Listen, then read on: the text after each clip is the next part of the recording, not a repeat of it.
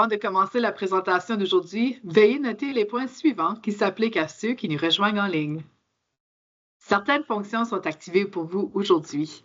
Pour la plupart d'entre vous, ces options apparaîtront au bas de votre écran, bien que cela puisse varier en fonction de la façon dont vous visionnez cette rencontre. Les présentations sont faites en anglais et en français avec une interprétation simultanée dans les deux langues. Vous avez la possibilité de sélectionner la langue de votre choix comme indiqué sur votre écran. Si vous souhaitez écouter la présentation en anglais, sélectionnez English. Si vous souhaitez l'écouter en français, sélectionnez Français. Le réglage par défaut vous permet d'entendre les informations dans la langue dans laquelle elles sont présentées. Vous pouvez modifier votre sélection à tout moment. De plus, les personnes qui nous rejoignent en ligne bénéficient d'un sous-titrage codé. Vous pouvez l'activer en sélectionnant la langue de votre choix et en cliquant sur Joindre, ou le désactiver en cliquant sur Arrêter. Vous pouvez aussi poser des questions à tout moment de la présentation. Nous répondrons à un maximum de questions à la fin des présentations. Il vous suffit de cliquer sur la boîte à questions et d'y inscrire vos questions. Un enregistrement de la webdiffusion d'aujourd'hui sera disponible sur le site web du régime dans les prochains jours. Bon après-midi, bienvenue, welcome à l'Assemblée annuelle d'information de cette année. Je m'appelle Cathy Greenbank et je suis la présidente du Conseil des fiduciaires du régime de retraite dans les services publics du Nouveau-Brunswick. Nous sommes très heureux de pouvoir vous rencontrer aujourd'hui et nous vous remercions de vous être joints à nous. Avant de poursuivre, il est important de reconnaître le territoire sur lequel nous sommes réunis. Comme il s'agit d'une présentation virtuelle, nous, le Conseil des fiduciaires et nos présentateurs, sommes répartis dans toute la province du Nouveau-Brunswick. Les lieux sur lesquels nous nous réunissons est le territoire traditionnel non cédé de nombreuses nations, dont Wolastoqiyik, Mi'kmaq et Pescotowamukati. Nous reconnaissons et remercions les peuples autochtones dont la présence marque le territoire sur lequel nous nous réunissons. Nous respectons les aînés, passés et présents, et les descendants de cette terre. Nous honorons les gardiens du savoir et cherchons à obtenir leurs conseils alors que nous nous efforçons d'établir des relations plus étroites avec les peuples autochtones du Nouveau-Brunswick. Le Conseil des fiduciaires est composé des personnes suivantes. En plus de moi, 8 autres personnes ont été nommées membres du Conseil. Ross Galbraith, vice-président du Conseil des fiduciaires et représentant international de la Fraternité internationale des ouvriers en électricité. Sébastien Deschênes, vice-recteur du campus d'Edmundston de l'Université de Moncton et professeur de comptabilité. Paula Doucette, présidente du syndicat des infirmières et infirmiers du Nouveau-Brunswick. René Laforêt, vice-président de l'approvisionnement stratégique et des services généraux au Service Nouveau-Brunswick. Jim Meehan, sous-ministre au ministère du Développement social.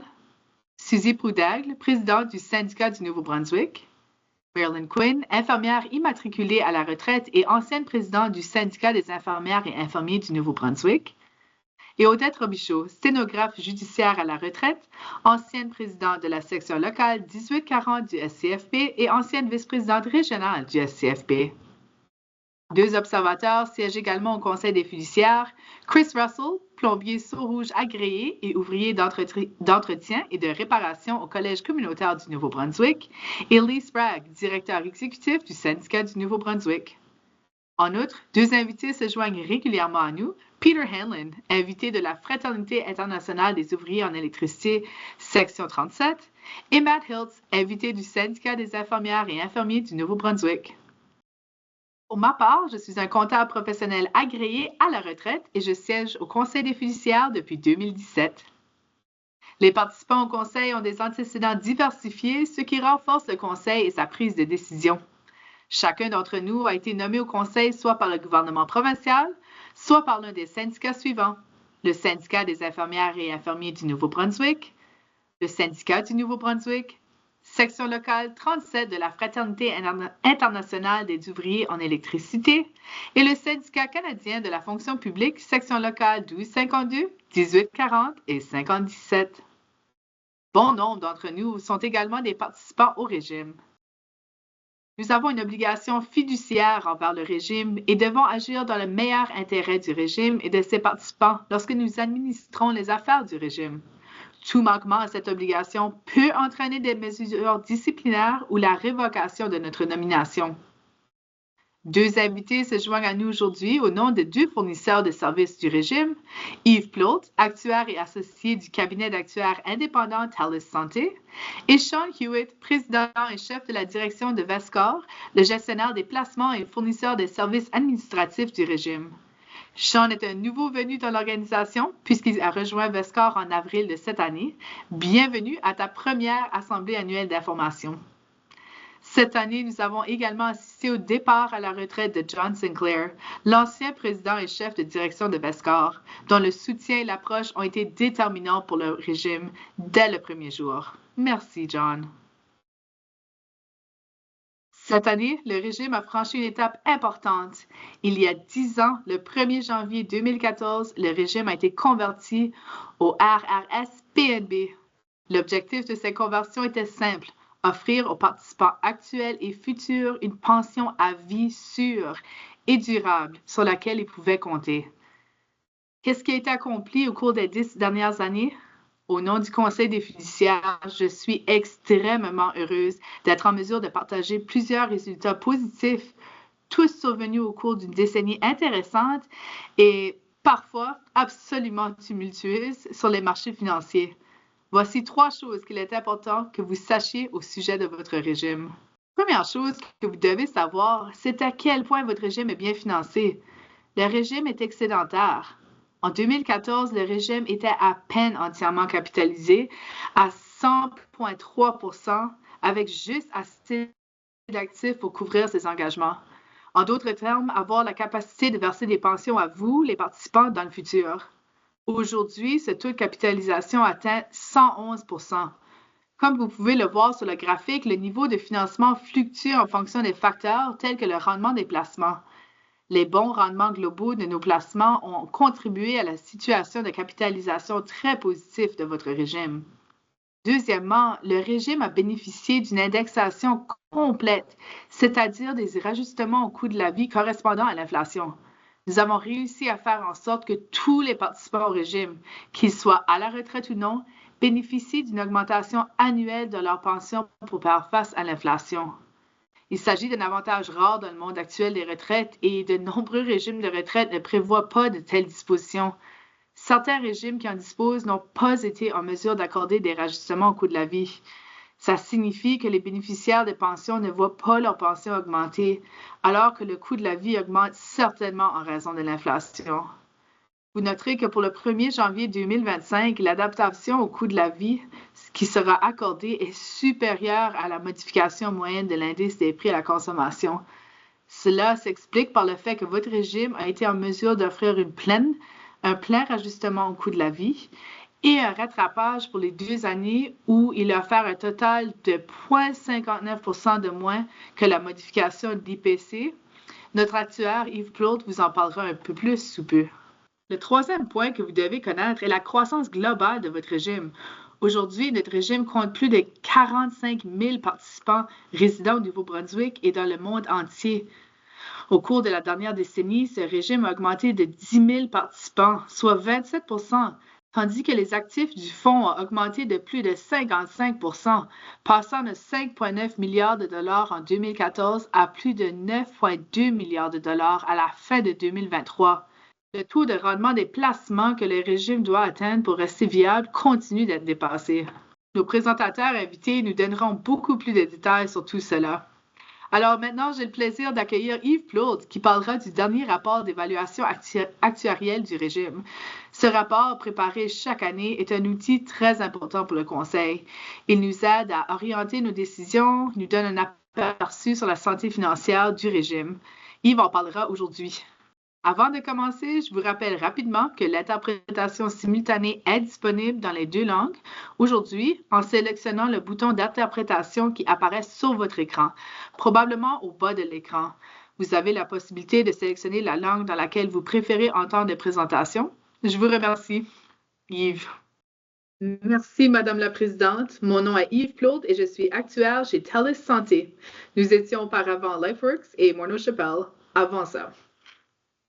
Le nom de l'entreprise a changé à quelques reprises au cours des dernières années, mais nous sommes toujours la même équipe offrant la même qualité de service à votre conseil des fiduciaires.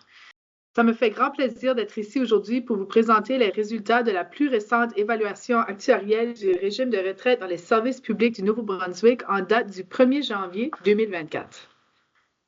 Je vais commencer par un résumé de la participation au régime, donner une revue brève de l'évolution des actifs du régime et de sa provision actuarielle, passer en revue le niveau de provisionnement, non seulement au 1er janvier 2024, mais à travers le passé récent, et vous montrer comment le niveau de provisionnement a été affecté par la récente dose d'inflation que nous avons tous reçue.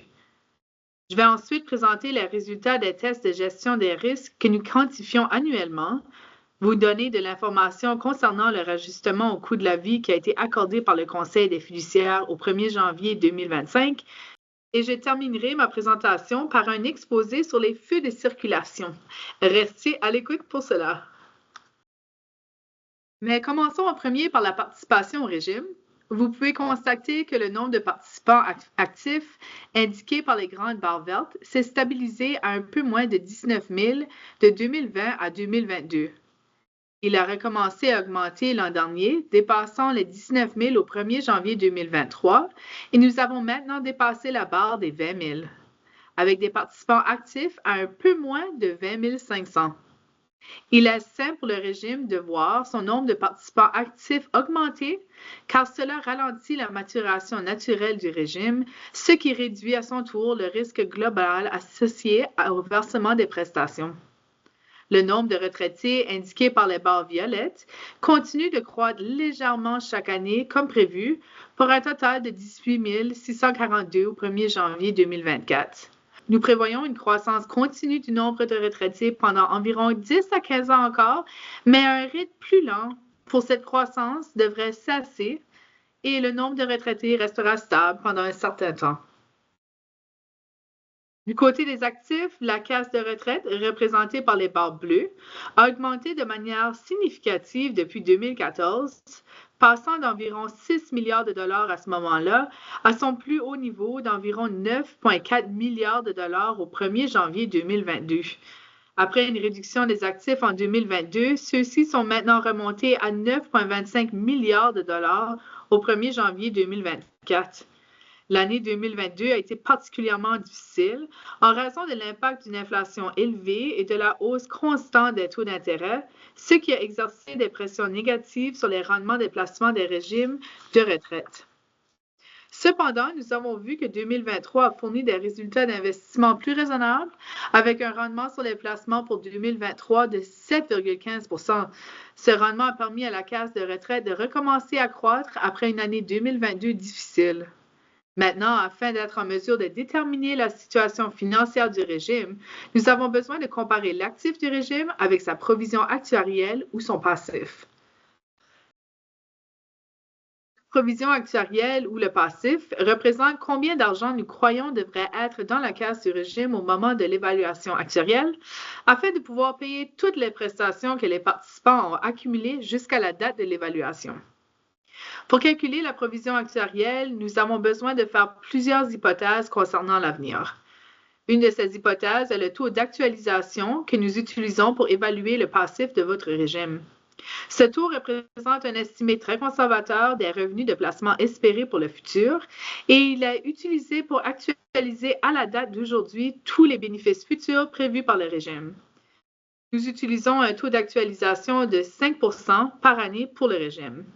Cette hypothèse est très conservatrice puisque nous estimons que la caisse du régime peut espérer générer à long terme un rendement d'environ 7 % par année, ce qui représente un plein 2 % par année en excédent du taux d'actualisation.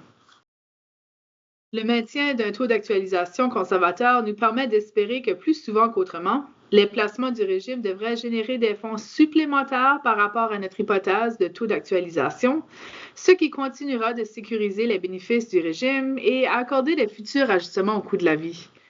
Au cours des 10 dernières années, la provision actuarielle ou passif du régime est passée d'un peu moins de 6 milliards de dollars en 2014 à plus de 8,3 milliards de dollars au 1er janvier 2024.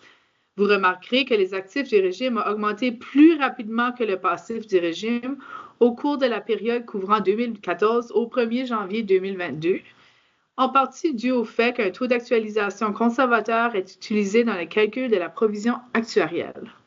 Cela nous a permis de constituer un surplus au régime qui a pu absorber le ralentissement de l'année 2022 et surtout de continuer à fournir aux fiduciaires, encore cette année, la capacité de vous fournir un important ajustement au coût de la vie, comme nous le verrons plus tard.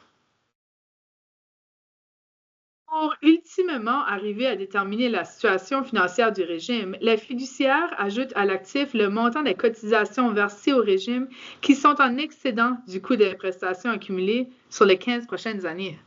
Au 1er janvier 2024, ces cotisations excédentaires pour les 15 années suivant la date d'évaluation représentent un montant de plus de 1,5 milliard de dollars qui, une fois ajouté à l'actif, représente un actif ajusté total de plus de 10,8 milliards de dollars.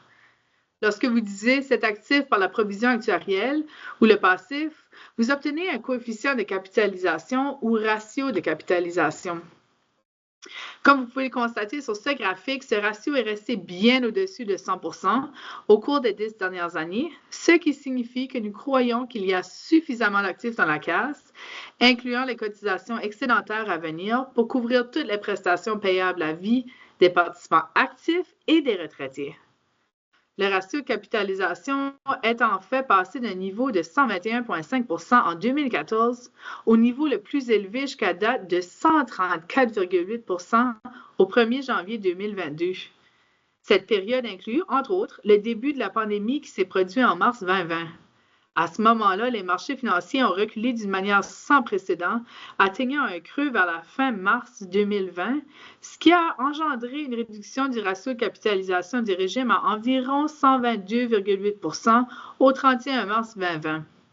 Toutefois, les marchés ont rebondi presque aussi rapidement qu'ils avaient descendu et par le 1er janvier 2021, le ratio de capitalisation du régime était retourné à un niveau qui excédait 130%, soit un ratio de capitalisation de 130,4%, et a continué sa progression en 2021 jusqu'à l'atteinte de son niveau le plus élevé de 134,8% au 1er janvier 2022. Et comme vous le savez, l'année 2022 a été une période assez instable pour les marchés. Nous avons continué d'endurer les impacts d'une pandémie qui a continué de causer des perturbations majeures dans certaines parties du monde. Nous avons subi des perturbations majeures aux chaînes d'approvisionnement. Les prix du pétrole et de l'énergie continuent de se situer à des niveaux très élevés. Et pour compliquer les choses, une invasion de l'Ukraine par la Russie est survenue en 2022. Tous ces événements causent de l'incertitude dans les marchés et de manière plus importante à causer des niveaux d'inflation que nous n'avons pas vus depuis plusieurs décennies, accompagnés par des augmentations sans précédent des taux d'intérêt adoptés par diverses banques centrales afin de lutter contre cette inflation.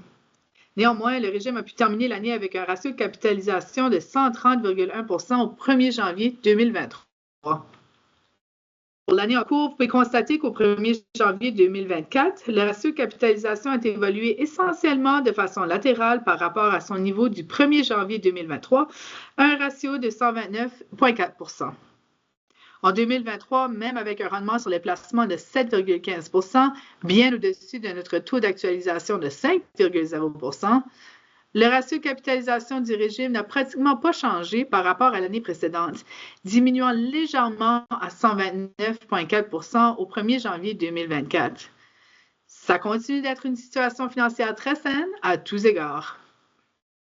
Outre l'impact immédiat des rendements sur les placements, l'autre principale raison pour laquelle le régime a cessé d'améliorer son statut de financement au cours des 2 dernières années est directement reliée au fait que les montants sans précédent des rajustements au coût de la vie a été accordé aux participants d'actifs et retraités. En fait, au cours des 2 dernières années, le régime a fourni des rajustements au coût de la vie total de plus de 10,5%. Cela représente plus de rajustements au coût de la vie au cours des 2 dernières années que la somme de tous les rajustements au coût de la vie fournis au cours des 6 années précédentes. Il est intéressant de noter, d'après le graphique, que lorsque l'inflation est maîtrisée, comme durant la période de 2014 à 2022, le régime a pu, de manière générale, améliorer continuellement sa situation financière. Cette période a été utilisée pour se préparer pour des temps plus tumultueux. Et bien que l'inflation ait grimpé en flèche au cours des 2 dernières années, le bon travail des 8 années précédentes a permis aux fiduciaires de donner la priorité à l'octroi de rajustements au coût de la vie élevé aux participants du régime. Ceci a causé une pause dans la trajectoire ascendante de la situation financière du régime pendant que ces rajustements au coût de la vie sont accordés. Il semble maintenant que la lutte contre l'inflation commence à porter ses fruits. Chaque mois, Statistique Canada publie ses statistiques sur l'inflation et pour chaque mois de 2024, jusqu'à présent, le taux annuel d'inflation a été inférieur à 3 ce que nous n'avions pas vu depuis le début de 2021. Enfin, les dernières statistiques publiées pour le mois d'août 2024 ont révélé une inflation à 2 atteignant le taux cible de la Banque du Canada pour la première fois depuis plus de 3 ans et demi. J'espère certainement que ce retour à la normale se poursuivra, au moins du point de vue de l'inflation. Prenons maintenant nos jumelles et regardons vers l'avenir. Supposons que nous ayons des jumelles qui regardent vers l'avenir. Dans le monde actuel, cela s'appelle une analyse stochastique et nous en effectuons une à chaque année pour les fiduciaires.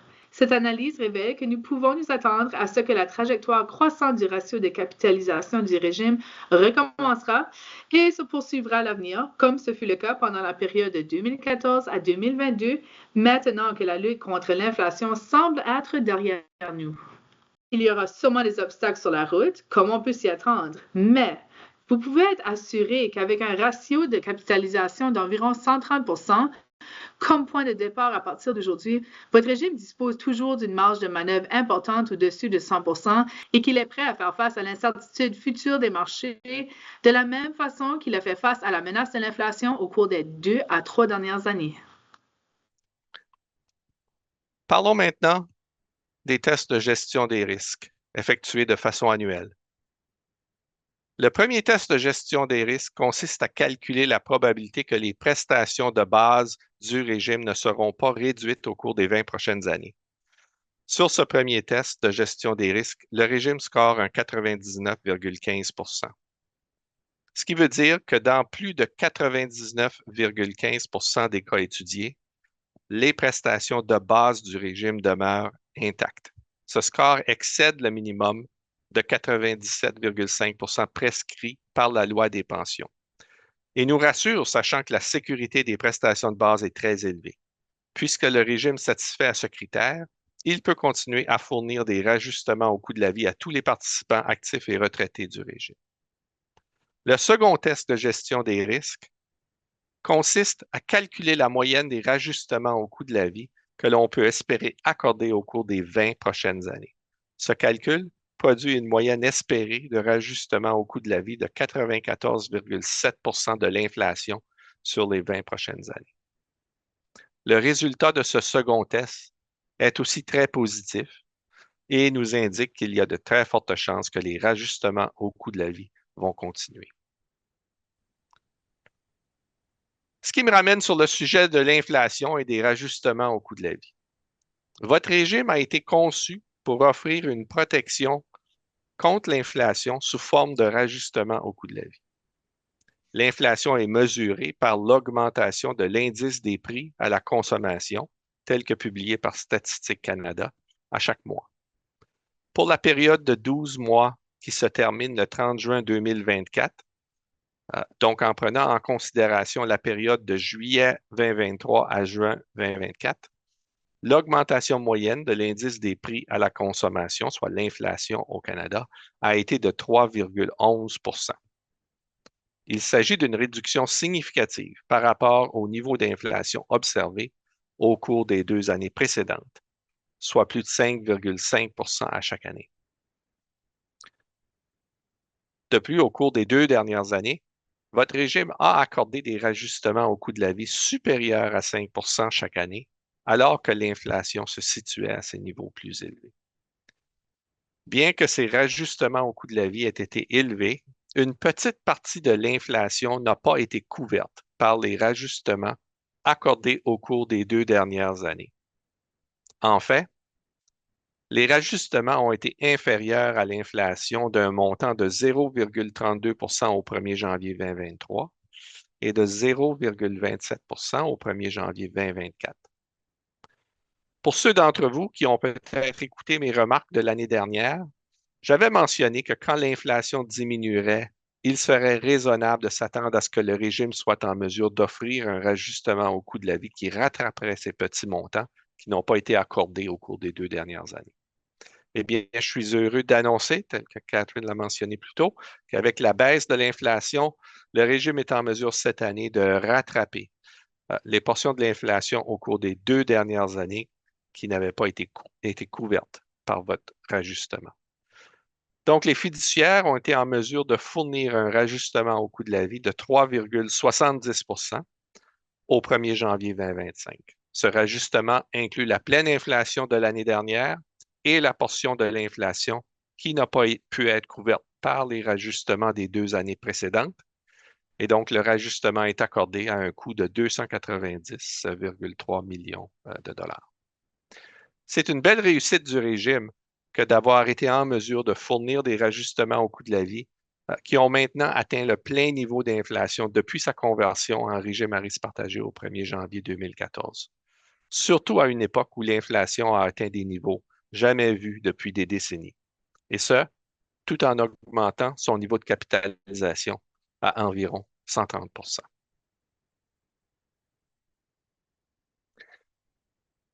Le temps est maintenant venu de parler de feux de circulation. Le Conseil a mis en place un système de feux de circulation cette année. Non, il ne s'agit pas d'un nouvel investissement dans une compagnie de feux de circulation, mais plutôt d'un nouvel outil de communication qui sera utilisé par le Conseil des fiduciaires. Le feu de circulation a été identifié comme un moyen rapide et facile de transmettre des informations sur la situation financière du régime et sa capacité de fournir un rajustement au coût de la vie. Il devrait être utilisé à l'avenir dans la plupart des documents de communication publiés par les fiduciaires, tels que les bulletins d'information, les rapports annuels et lors de la réunion annuelle d'information. Le feu de circulation changera de couleur en fonction du niveau du ratio de capitalisation du régime. En retour, le niveau du ratio de capitalisation vous donne une indication de la capacité du régime à fournir un rajustement au coût de la vie. Nous espérons que vous serez en mesure d'apprécier la santé financière du régime et sa capacité à fournir un rajustement au coût de la vie, simplement en fonction de la couleur du feu de circulation qui sera révélé chaque année lorsque les résultats de l'évaluation actuarielle seront disponibles. Donc, commençons par le feu vert. Un feu vert indique que le ratio de capitalisation du régime dépasse 120 %. En contrepartie, un ratio de capitalisation supérieur à 120 % indique que le régime est en bonne santé financière et qu'il peut fournir un rajustement au coût de la vie pour cette année-là.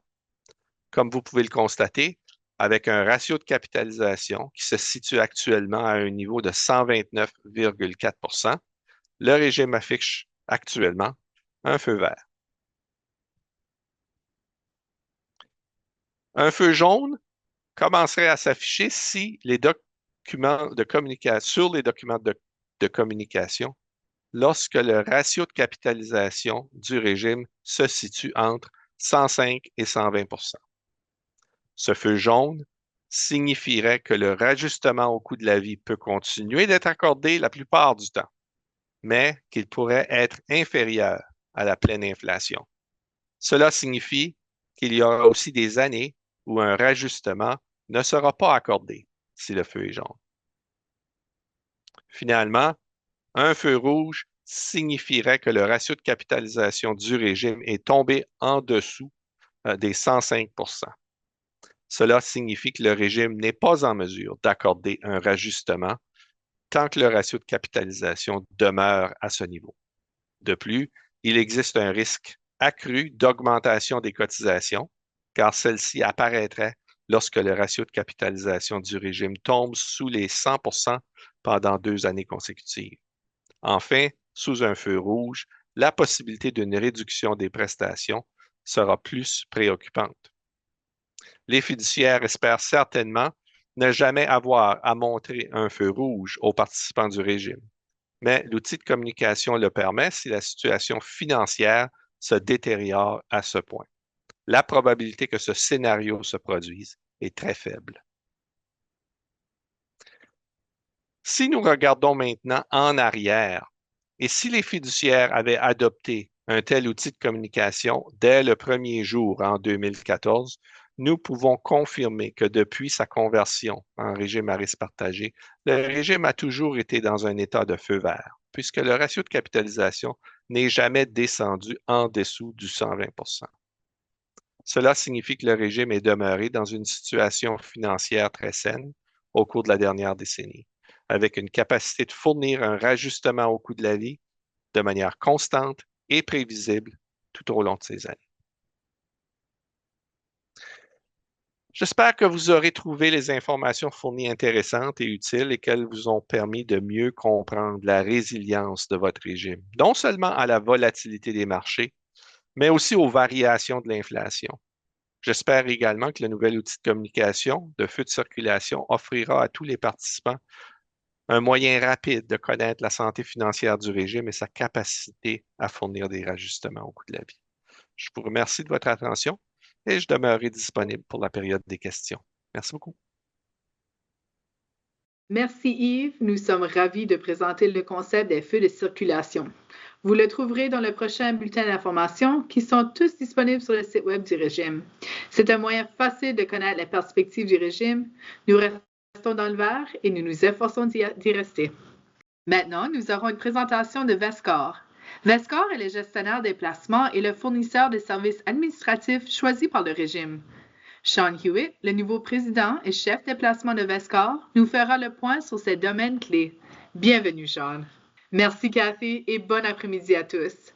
Je vous remercie tous de vous être joints à nous aujourd'hui et de nous avoir permis, à moi et ma famille, de nous sentir les bienvenus en tant que nouveaux arrivants dans cette belle province. Cela fait maintenant 5 mois que je suis président et chef de la direction de Vescore et environ 6 mois que je réside à Fredericton. Bien que je sois relativement nouveau chez Vescore, je connais cette organisation depuis un certain temps et par le biais de l'industrie des pensions et des investissements. Vescore est connu au Canada pour être un leader du secteur et un ardent défenseur des meilleures pratiques en matière de gouvernance d'entreprise et de gestion des retraites. Dans mes fonctions précédentes, lorsque j'étais confrontée à un problème professionnel intéressant, je me tournais souvent vers l'équipe de Vescore pour qu'elle me fasse part de ses réflexions sur le secteur. Vescore continue d'être soutenu par une excellente équipe et j'ai l'honneur de vous présenter aujourd'hui en tant que représentant de votre administrateur de pension et de votre gestionnaire des placements. Passons maintenant à la diapositive suivante. Tout d'abord, un petit mot sur Vescore. Nous sommes plus de 150 professionnels situés ici à Fredericton, au Nouveau-Brunswick. Nous sommes une organisation intégrée de gestion des placements et d'administration des régimes de retraite et d'avantages sociaux. Nous sommes le plus grand gestionnaire de placements au Canada Atlantique et l'un des plus grands au niveau national. Et surtout, tous nos employés participent au régime de retraite dans les services publics du Nouveau-Brunswick. C'est une condition d'emploi. Nous contribuons également au régime de retraite de la même manière que vous tous. Passons à la diapositive suivante pour en savoir un peu plus sur qui nous sommes. Nous avons été créés par l'Assemblée législative du Nouveau-Brunswick en vertu de la loi sur Vescore. Nous avons été créés en 2016, mais il est important que nous restions indépendants du gouvernement. Nous sommes également réglementés et supervisés en tant que gestionnaires de fonds de placement et gestionnaires de portefeuille par la Commission des services financiers et des services aux consommateurs du Nouveau-Brunswick et nous sommes la propriété conjointe du régime de retraite dans les services publics du Nouveau-Brunswick et du régime de pension des enseignants du Nouveau-Brunswick. Nous sommes indépendants, nous sommes sans but lucratif et nous nous engageons à servir nos clients et leurs participants.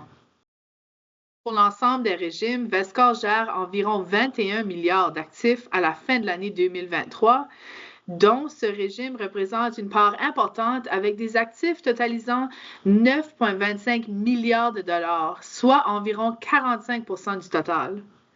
Nous servons pour le compte de nos clients 111 000 participants à des régimes de retraite.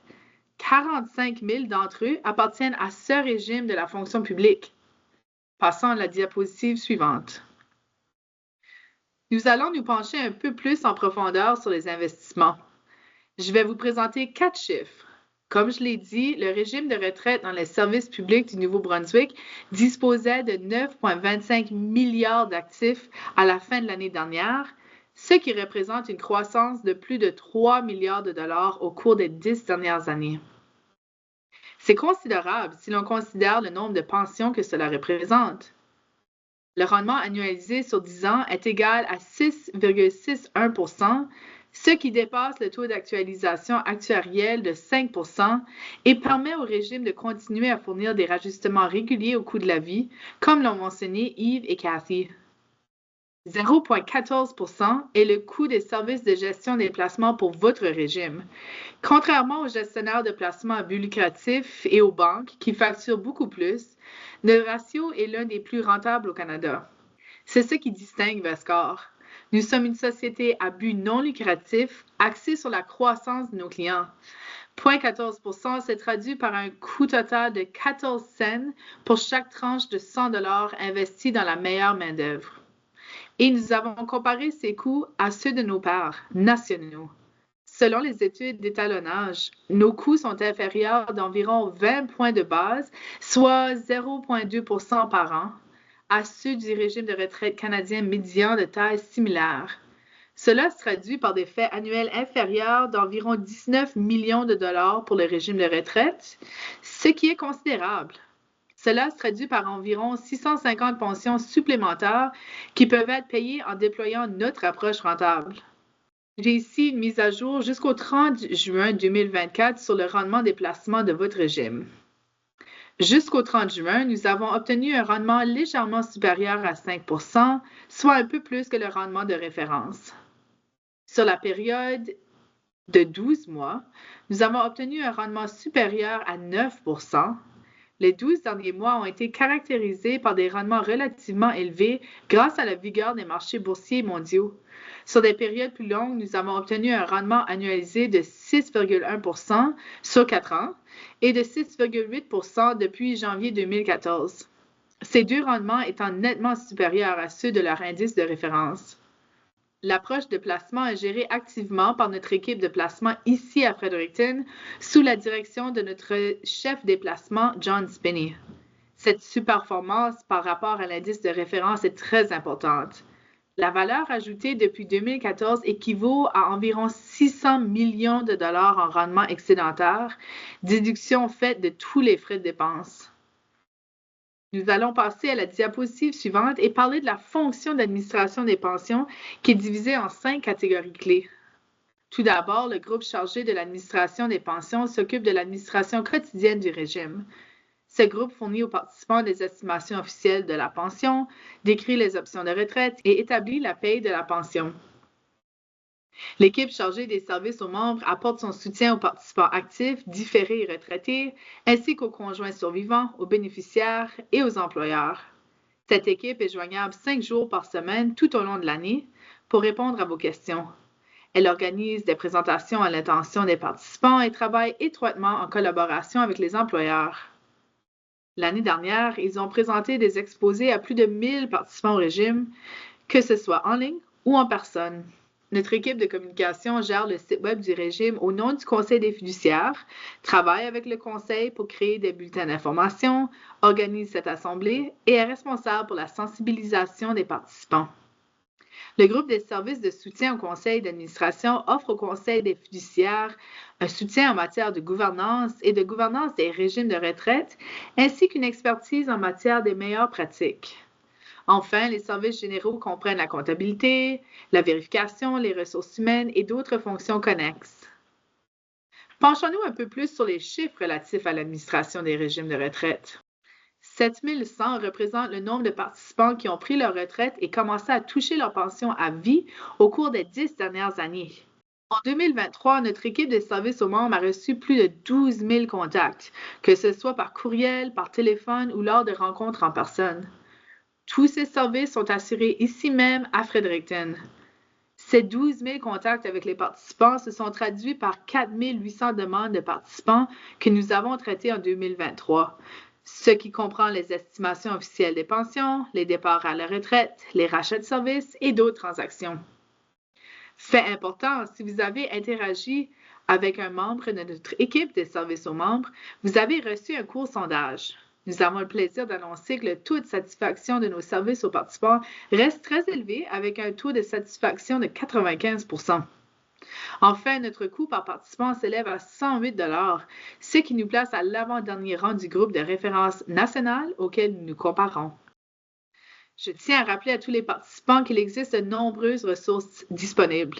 Si vous souhaitez obtenir plus d'informations sur votre régime de retraite, y compris sur la planification de la retraite ou sur le programme des placements, l'approche de VESCOR, n'hésitez pas à consulter le site web de votre régime et celui de VESCOR. Par exemple, nous publions chaque année un rapport sur l'investissement responsable et nous serons bientôt en mesure de partager la 3e version. Ne manquez pas de le consulter sur le site web. Résumé, nous voulons simplement souligner que nous servons de ressources centrales pour les participants et les employeurs et que nous disposons d'une équipe incroyable basée ici au Nouveau-Brunswick. Si vous avez une question, n'hésitez pas à nous appeler. Nous avons indiqué le numéro de téléphone à l'écran.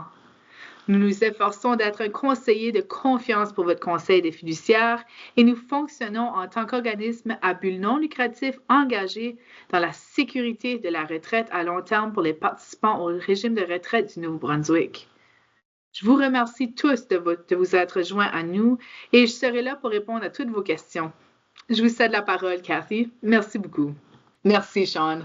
La présentation officielle d'aujourd'hui est terminée. Nous allons maintenant passer à la période de questions et réponses. J'ai le plaisir d'accueillir ma collègue, Paula Doucette, pour surveiller cette période. Paula?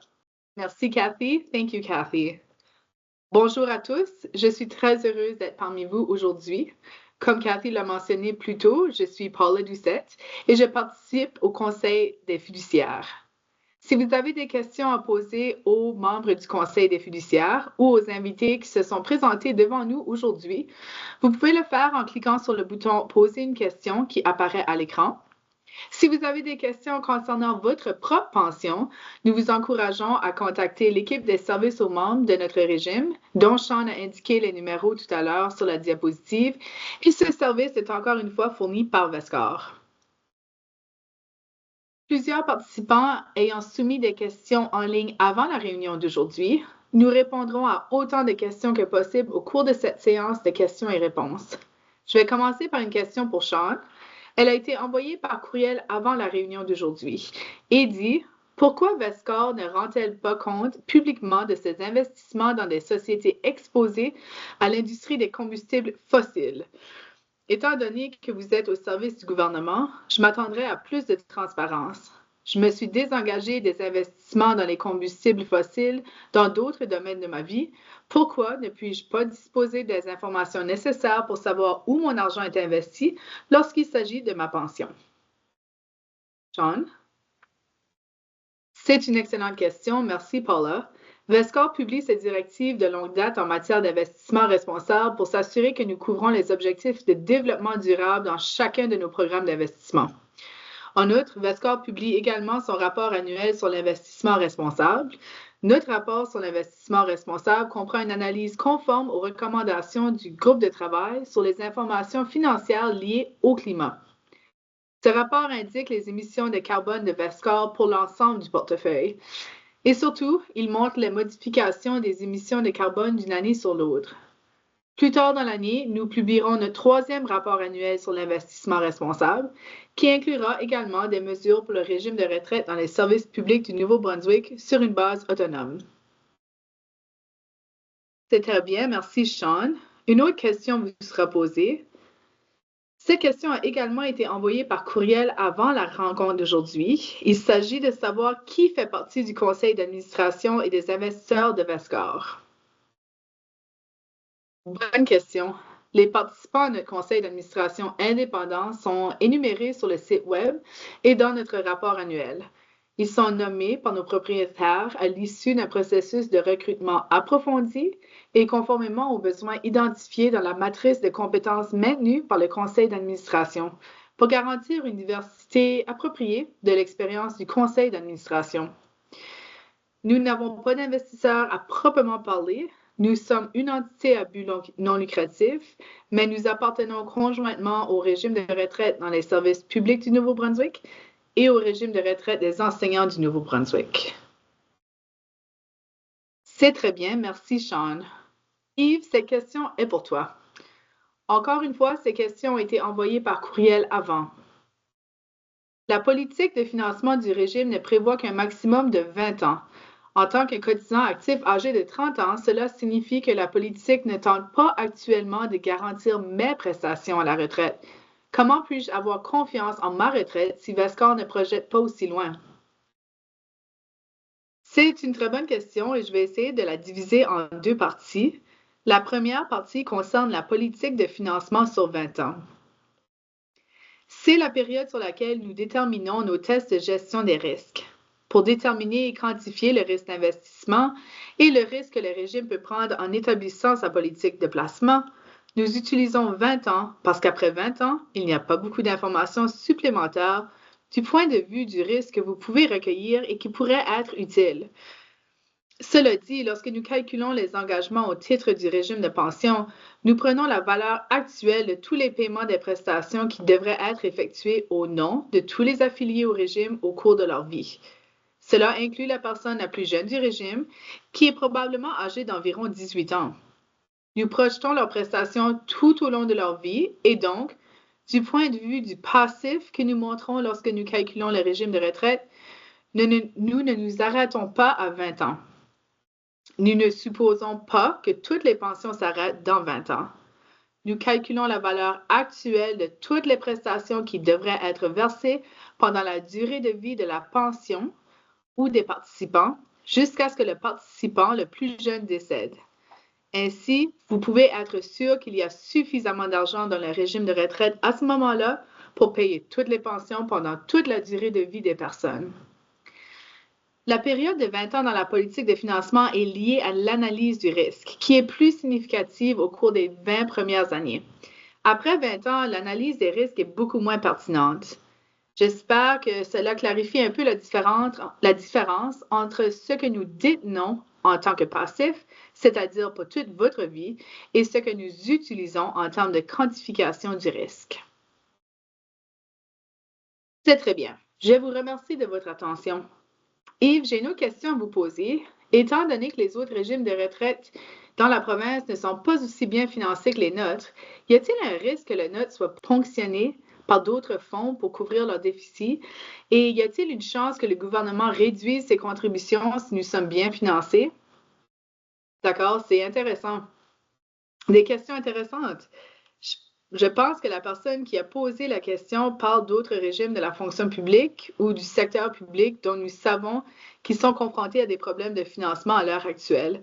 Je peux vous garantir qu'il n'y a rien dans le cadre actuel ou dans la loi qui permet à un autre régime de retraite de venir piler votre régime de retraite pour son propre bénéfice. Ce n'est donc pas le cas. Cela ne se produira pas. Ce qui peut être à l'origine de cette inquiétude à l'heure actuelle, c'est que le gouvernement a promulgué en décembre dernier une loi intitulée « La loi sur la viabilité et le transfert des régimes de retraite », dans laquelle il a identifié 5 régimes de retraite devant être transformés en régime à risque partagé.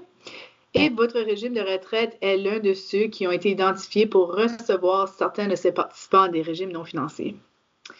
Mais ce n'est pas quelque chose qui est imposé à tout prix au régime de retraite, à votre régime de retraite.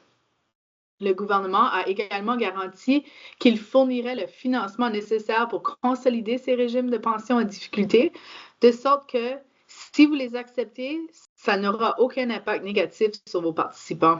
En fait, la FCNB, qui réglemente les régimes de retraite au Nouveau-Brunswick, a publié un projet de lignes directrices sur les règles à suivre lorsque des régimes de retraite fusionnent ou lorsqu'un régime à risque partagé comme le vôtre accepte un autre régime de retraite.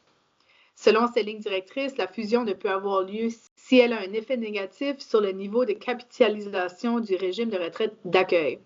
Les lignes directrices prévoient donc la protection du taux de capitalisation du régime existant et des participants à ce régime. Je ne crains donc pas que ces régimes de pension fassent l'objet d'un raid, et même si votre régime de pension devait accueillir l'un de ces régimes dans le régime de retraite des services publics du Nouveau-Brunswick, il y aura des fonds supplémentaires pour veiller à ce que ce régime ne soit pas affecté négativement et à ce que ses participants ne soient pas affectés négativement par le fait qu'il accueillera ses participants. L'autre partie de la question était la suivante. Y a-t-il une chance que le gouvernement réduise ses contributions si le régime est bien financé? Actuellement, dans l'arrangement que le gouvernement a conclu avec les syndicats et le public, lors de la création du régime de retraite dans les services publics, est que le gouvernement continuera à contribuer et le coût sera finalement égal à 50-50 avec les participants et nous nous attendons effectivement à ce que cela se poursuive. L'accord actuel prévoit une réduction des cotisations si le régime est très bien financé, mais cette réduction des cotisations ne profitera pas seulement au gouvernement, mais aussi aux participants actifs du régime de retraite. Ainsi, si le régime est bien financé, nous pouvons certainement nous attendre à ce qu'à un moment donné, c'est-à-dire lorsqu'il sera financé à plus de 140% sur la base que j'ai présentée, il sera possible de réduire les cotisations.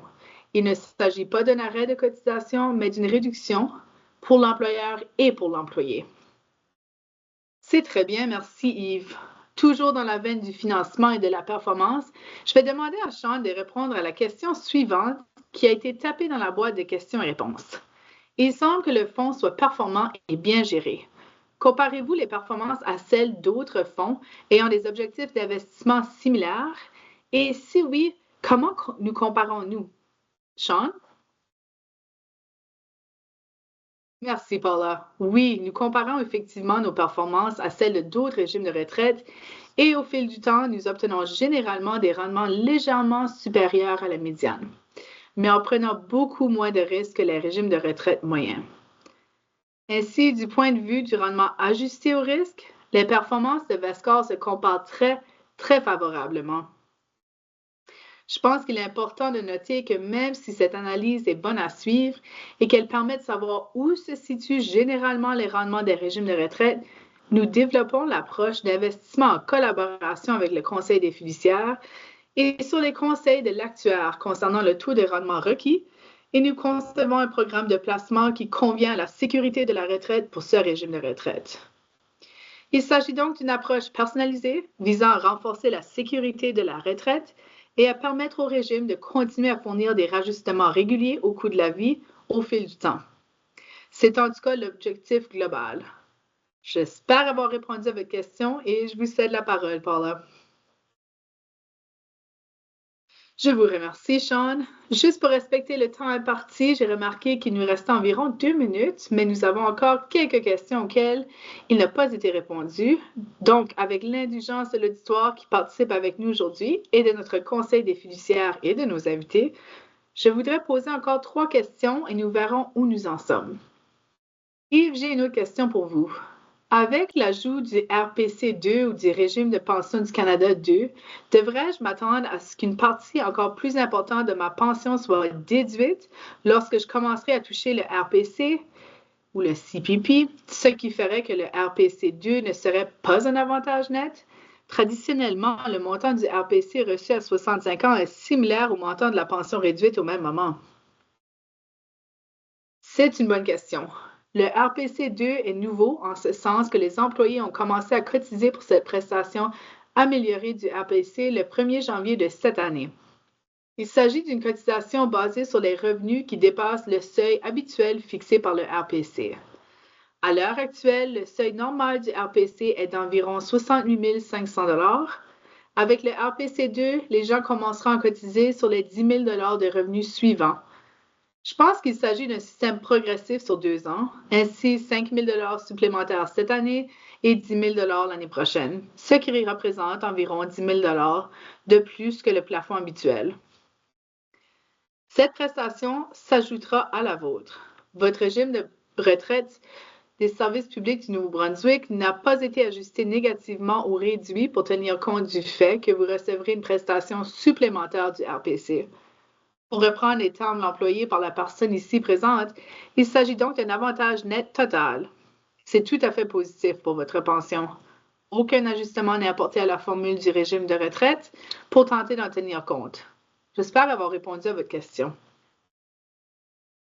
Merci beaucoup. Je vais maintenant m'adresser à Kent. Cette question a été posée avant la rencontre d'aujourd'hui. Si j'ai 10 ans de service et que je continue à travailler pour le gouvernement du Nouveau-Brunswick après l'âge de 65 ans, puis-je encore contribuer à ma pension? Eh bien oui, merci pour la question, Paula. C'est une excellente question. Si vous êtes un employé actif, vous continuerez à cotiser après l'âge de 65 ans. La seule chose à garder à l'esprit est qu'en raison de la loi sur l'impôt sur le revenu canadien, vous devrez commencer à toucher votre pension en décembre de l'année où vous atteindriez 71 ans. Une personne peut continuer à travailler, mais à ce moment-là, elle ne cotisera plus et devra toucher sa pension. C'est parfait, merci Kent. En regardant ici, j'ai une autre question pour Yves. Il s'agit du rajustement au coût de la vie, Yves. Lorsque vous publiez les chiffres des rajustements au coût de la vie, vous avez mentionné qu'ils profitent aux retraités comme aux participants actifs. Pouvez-vous préciser en quoi cela profite aux participants actifs? Oui, absolument. Cela nous ramène à la manière dont la pension est calculée lorsque vous l'accumulez. Vous accumulez votre pension tout au long de votre carrière. Dans le cadre du régime de retraite dans les services publics du Nouveau-Brunswick, lorsque vous accumulez votre pension au cours de votre carrière, nous prenons 1,4 % de vos gains jusqu'au maximum des gains annuels ouvrant droit à pension, ou le MGAP, ou 68 000 $ et 2 % au-delà. C'est ce que vous accumulez pour l'année en cours et, chaque année, vous utilisez vos gains pour constituer votre pension et vous additionnez ces montants. Si vous n'utilisez pas des revenus plus récents pour calculer ce qui vous sera payé pour une accumulation qui a lieu il y a 10 ans, vous perdrez la valeur au fur et à mesure que vous accumulez votre pension. En tant que participant actif, il est donc important que nous prenions en compte ces taux d'accumulation antérieurs qui peuvent être basés sur votre salaire de 2014-2015 et que nous leur appliquions le coût de la vie. Ainsi, le régime de retraite fonctionne en augmentant la pension accumulée en fonction du coût de la vie, de sorte que le montant que vous avez accumulé conserve son pouvoir d'achat pendant que vous l'avez accumulé. Cela n'était pas nécessaire dans l'ancienne version du régime de la fonction publique, lorsque votre pension était calculée sur la base de vos revenus au moment de votre départ à la retraite, ou de vos 5 dernières années de revenus au moment de votre départ à la retraite, parce que ces revenus étaient récents. La nouvelle formule du régime de retraite dans les services publics utilise tous vos revenus au cours de votre carrière pour calculer votre pension et donc, pour qu'elle conserve son pouvoir d'achat, il est important que ce que vous avez accumulé soit indexé avec le rajustement au coût de la vie et c'est pourquoi c'est un élément important de la constitution de votre pension en tant que participant actif. Merci Yves. J'ai une dernière question à poser et je tiens à signaler aux personnes qui ont posé des questions dans la boîte de questions-réponses que si elles n'obtiennent pas de réponse ici aujourd'hui, les personnes qui aident à organiser la rencontre d'aujourd'hui vont rassembler toutes ces questions, y répondre et les afficher sur le site web du régime dans les prochains jours afin de s'assurer que toutes les questions sont répondues. Une dernière question aujourd'hui. J'aime bien la façon dont ils l'ont présentée. C'est une question de débutant. Il ne faut jamais s'excuser pour les questions. Pouvez-vous nous expliquer à nouveau ce que sont les contributions excédentaires? Yves. Oui, absolument. Il est important de comprendre que lorsque nous calculons le passif du régime de retraite, nous n'incluons pas la valeur des futurs rajustements au coût de la vie qui pourraient être accordés par le Conseil des fiduciaires. Ces rajustements sont décidés chaque année en fonction du niveau de capitalisation du régime. Les cotisations versées par les participants et l'employeur ont donc été déterminées ou basées sur le fait que nous avons l'intention d'assurer les rajustements au coût de la vie à l'avenir et elles sont donc plus élevées que le coût des prestations qui s'accumulent au cours de l'année pour les participants. Ainsi, la différence entre ce que les participants et les employeurs versent actuellement au régime de retraite et le coût de la pension pour cette année d'accumulation, parce que chaque année où vous contribuez au régime, vous accumulez une année de service supplémentaire qui constituera votre pension et l'augmentation, a un coût. Ce coût n'inclut pas le coût des futures augmentations de salaire. Votre cotisation est censée inclure le coût des futures augmentations de salaire et il y a donc un excédent ou un montant supplémentaire de cotisation par rapport au coût de la pension de base. C'est ce que nous appelons la cotisation excédentaire. Il y a donc des cotisations qui dépassent le coût de l'accumulation de la pension de l'année suivante et qui sont utilisées pour garantir le régime, mais aussi pour fournir aux participants des futurs ajustements au coût de la vie. C'est très bien, merci Yves. Si vous avez des questions et que vous n'avez pas pu poser, vous pouvez toujours le faire par courriel ou téléphone. Je vous rappelle que toute question à laquelle il n'a pas été répondu en direct aujourd'hui sera affichée dans les prochains jours sur notre site web, le site du RRS-PNB hébergé par Vescore, afin que nous puissions nous assurer que toutes vos questions et tous vos commentaires sont pris en compte. Je tiens également à vous informer qu'une copie de l'enregistrement de la rencontre d'aujourd'hui sera également disponible sur le site web du régime. Au nom du Conseil des fiduciaires, qui ne dispose que de 6 minutes, je profite donc de l'occasion pour vous remercier. Je vous invite maintenant à quitter la rencontre et je vous souhaite une excellente fin de journée. Je vous remercie. Ceci conclut notre assemblée annuelle d'information. Je vous souhaite un excellent reste de la journée.